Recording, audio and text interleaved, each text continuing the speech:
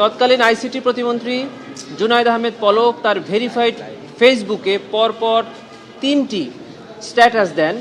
সেখানে তিনি এই আন্দোলনকারীদেরকে আবারও রাজাকারের নাতিপুতি এই ধরনের কথা বলেন এবং বলেন যে তাদের এই দেশে থাকার কোনো অধিকার নেই, পাকিস্তানি বাহিনীদের মতো তাদেরকে সাথে তুলনা করেন। এই ধরনের উস্কানিমূলক বক্তব্যের পরিপ্রেক্ষিতে 15 তারিখ ঢাকা বিশ্ববিদ্যালয়ে ছাত্রলীগ যুবলীগ হামলা করে, 16 তারিখে আবু সাইদ শহীদ হন এবং সারা বাংলাদেশে মানবতা বিরোধী অপরাধ সংঘটিত হয়। এটি হলো প্রথম অভিযোগ। আরেকটি অভিযোগ হলো জুলাই গণ অভ্যুত্থান চলাকালে যে লেথাল উইপন অর্থাৎ মারণাস্ত্র ব্যবহার করে আন্দোলনরত ছাত্র জনতাকে হত্যার নির্দেশ তৎকালীন প্রধানমন্ত্রী দিয়েছিলেন।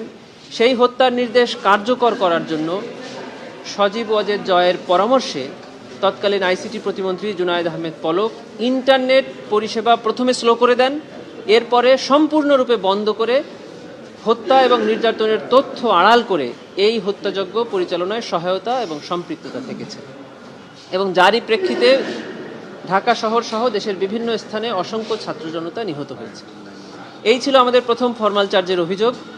আরেকটি অভিযোগ ওখানেই ছিল, সেটা হলো যে এই যে হত্যাযজ্ঞ পরিচালিত হয়েছে ইন্টারনেট শাটডাউনের মাধ্যমে, এই হত্যাযজ্ঞ যারা করেছেন ফিল্ডে থেকে তাদের বিরুদ্ধে ওনারা কোনো ব্যবস্থা নেননি এবং এই অপরাধ সংগঠনে কোনো বাধা প্রদান ওনারা করেননি।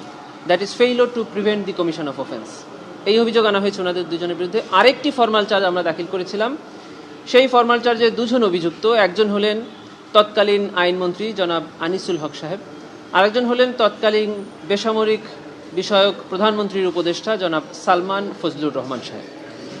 এই দুজনের বিরুদ্ধে অভিযোগ হলো যে ওনারা জুলাই গণ অভ্যুত্থান চলাকালে একটা ফোনে কথোপকথন করেন। ওনারা এই কথোপকথনের এক পর্যায়ে ওনারা বলেন যে কারফিউ চলা অবস্থায় এদেরকে মানে আন্দোলনকারী ছাত্র জনতাদেরকে শেষ করে দিতে হবে। 19 তারিখে ওনাদের এই বক্তব্যের প্রেক্ষিতে 20 তারিখ এবং তার পরবর্তীতে ঢাকা শহর সহ দেশের বিভিন্ন স্থানে ছাত্র জনতাকে নির্বিচারে গুলি করে হত্যা করা হয়। এই হত্যাকাণ্ডে ওনাদের এই সকল বক্তব্য উস্কানিমূলকভাবে ব্যবহৃত হয়েছে, সহায়তা প্রদান করেছেন এবং ওনারা সম্পৃক্ত থেকেছেন। আরেকটি অভিযোগ ওনাদের বিরুদ্ধে আনা হয়েছে, সেটা হলো যে জুলাই আন্দোলন চলাকালে 22 জুলাই 2024 তারিখ জনাব সালমান এফ রহমান একদল ব্যবসায়ীদেরকে নিয়ে তৎকালীন প্রধানমন্ত্রীর সাথে গণভবনে দেখা করেন এবং দেখা করে ওনাকে এই যে হত্যাকাণ্ড চলছে সারা দেশে এটা চালিয়ে যাওয়ার জন্য উস্কানি এবং সহায়তা প্রদান করেন এবং বলেন যে জীবন দিয়ে হলেও প্রধানমন্ত্রীর এই কাজের সাথে ওনারা আছেন। এই সকল বক্তব্য এবং কার্যক্রমের মাধ্যমে ওনারা এই মানবতা বিরোধী অপরাধে সংগঠনে সহায়তা এবং সম্পৃক্ততা থেকেছেন। জনাব আনিসুল হক সাহেবের বিরুদ্ধে একটা অভিযোগ আনা হয়েছে যে জুলাই আন্দোলন চলাকালে আন্দোলনকারীদেরকে আসামি করে মিথ্যা মামলা দায়ের করা হয়েছিল 286টি, যে মামলাগুলোতে আসামি ছিল 4.5 লক্ষ আন্দোলনরত ছাত্র জনতা। এই মিথ্যা মামলার মাধ্যমে তাদেরকে অবৈধভাবে গ্রেফতার করে আটক রেখে তাদের উপরে হেফাজতে নির্যাতন করা হয়। এই অভিযোগও তাদের বিরুদ্ধে আনা হয়েছে। এই দুটি ফরমাল চার্জের ভিত্তিতে ট্রাইব্যুনাল 4 জনের বিরুদ্ধেই আন্তর্জাতিক অপরাধ ট্রাইব্যুনাল আইনের 3-এর 2, 4-এর 1, 2 এবং 3 ধারার অভিযোগ আমলে গ্রহণ করেছে এবং এই 4 জনের মধ্যে একজন পলাতক আছেন জনাব সজীব আহমেদ ওয়াজেদ জয়, উনার বিরুদ্ধে গ্রেফতারি পরোয়ানা জারি করেছেন এবং বাকি যে 3 জন আসামি জনাব জুনায়েদ আহমেদ পলক, জনাব আনিসুল হক এবং জনাব সালমান ফজলুর রহমান, এই 3 জনের বিরুদ্ধে প্রোডাকশন ওয়ারেন্টের আদেশ দিয়েছেন। আগামী 10 ডিসেম্বর 2025 তারিখে তাদেরকে ট্রাইব্যুনালে উপস্থাপন করার জন্য এবং যিনি পলাতক আছেন তার এগেনস্টে execution of the warrant of অ্যারেস্টের রিপোর্ট চেয়ে আদেশ প্রদান করেছে। এই ছিল আজকের প্রসিডিংস। জয়ের সম্পৃক্ততা আপনারা কিভাবে এনেছেন? মানে জয় তো দেশে ছিল না, এটার কথা আন্তর্জাতিক অপরাধ ট্রাইব্যুনাল আইনের 3-এর 1 ধারায় পরিষ্কার করে বলা আছে যে বাংলাদেশের নাগরিক বাংলাদেশের থেকে অথবা বাংলাদেশের বাইরে থেকে যদি ক্রাইমস এগেনস্ট হিউম্যানিটি করেন তাহলে তাকে এই ট্রাইব্যুনাল প্রসিকিউট করতে পারবে। বাংলাদেশের নাগরিক নন এমন ব্যক্তি যদি বাংলাদেশের থেকে অপরাধ সংগঠন করেন তাকেও ট্রাইব্যুনাল প্রসিকিউট করতে পারবে।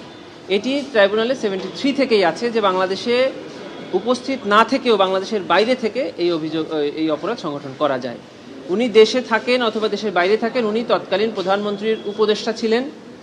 এবং আরও 2টি জিনিস আমরা দেখেছি, সেটা হলো জনাব সালমান এফ রহমানের সাথে শেখ রেহানার একটি মোবাইল কথোপকথন 5 তারিখে, যেটা তদন্তকারী সংস্থা পেয়েছে, সেখানে দেখা যাচ্ছে যে শেখ রেহানা বলছেন যে আপনি জয়ের কথা শোনেন, জয়ের কথা অনুযায়ী আপনি চলে যান। শুধু তাই নয়, আমরা 5 তারিখে গণভবনে শেখ হাসিনার সাথে যে রিপোর্ট আমরা পেয়েছি, সেখানে পুলিশ এবং আর্মি যখন তাকে পদত্যাগ করতে বলছেন, উনি পদত্যাগে রাজি হচ্ছে না, তখন জয়ের সাথে কথা বলে উনি পদত্যাগ করতে রাজি হন। তার মানে আমরা দেখাতে চাচ্ছি যে প্রধানমন্ত্রীর উপদেষ্টা উনি ছিলেন এবং উনি সকল ক্ষেত্রে সজীব ওয়াজেদ জয়ের উপদেশ গ্রহণ করে এই সকল কার্যক্রম এবং পদক্ষেপ গ্রহণ করতেন। আর যেহেতু আইসিটি উপদেষ্টা এবং আইসিটি প্রতিমন্ত্রী পলক সাহেব ইন্টারনেট শাটডাউন করে অপরাধ সংগঠন করেছেন এবং এই দায় ওনাদের দুজনের উপরে একইভাবে বর্তায়। শুধু তাই নয়, তারা দায়িত্বে থাকা অবস্থায় তার সাবঅর্ডিনেটরা যে অপরাধ সংগঠন করেছে তার বিরুদ্ধে কোনো ব্যবস্থা গ্রহণ করেনি। এবং আমরা ডকুমেন্টে দেখিয়েছি যে ইন্টারনেট যে শাটডাউন করা হয়েছিল সেটা শুধু মৌখিক আদেশে না, এটা লিখিত আদেশে এবং মোবাইলের SMS এর মাধ্যমে, টেক্সট প্রেরণের মাধ্যমে ইন্টারনেট বন্ধ করার নির্দেশ ওনারা দিয়েছিলেন। এবং উনি পরবর্তীতে এটাকে ভিন্ন খাতে প্রবাহিত করার জন্য ইন্টারনেট বন্ধ হয়নি, ইন্টারনেট বন্ধ করা হয়নি, ইন্টারনেট বন্ধ হয়ে গেছে, এই ধরনের কথা বলে জাতিকে বিভ্রান্ত করেছিলেন। রামপুরায় আপনারা জানেন যে 28 জনকে জুলাই গণঅভ্যুত্থান চলাকালে বিজিবি এবং পুলিশ এবং র্যাব কর্তৃক যে হত্যাকাণ্ড চালানো হয়েছিল তার জন্য 4 জন আসামির বিরুদ্ধে আজকে চার্জ হিয়ারিংয়ের ডেট ছিল। প্রসিকিউশনের পক্ষ থেকে চার্জ হিয়ারিং সমাপ্ত হয়েছে, আসামিদের পক্ষ থেকে তাদের ডিসচার্জ হিয়ারিংয়ের জন্য সময় প্রার্থনা করা হয়েছে। সেখানে 4 জন আসামি, 2 জন সাবেক সেনা কর্মকর্তা এবং 2 জন পুলিশ কর্মকর্তা, 2 জন উপস্থিত আছেন এবং 2 জন পলাতক আছেন। তাদের চার্জ গ্রহণ আজকে শেষ হয়েছে, সামনে আসামি পক্ষের চার্জ গ্রহণের দিন থাকবে। আমরা তাদের বিরুদ্ধে 5টি অভিযোগে ফরমাল চার্জ দিয়েছি, ট্রাইব্যুনাল বিবেচনা করবেন। আচ্ছা, হতে পারে। আমরা পলকের একটা স্টেটমেন্ট এরকম শুনতে পাই, মানে আমরা জেনেছি আর কি, যে পলক বলেছেন যে জয় ইন্টারনেট বন্ধ করতে বলেছিলেন, এটা বিষয়।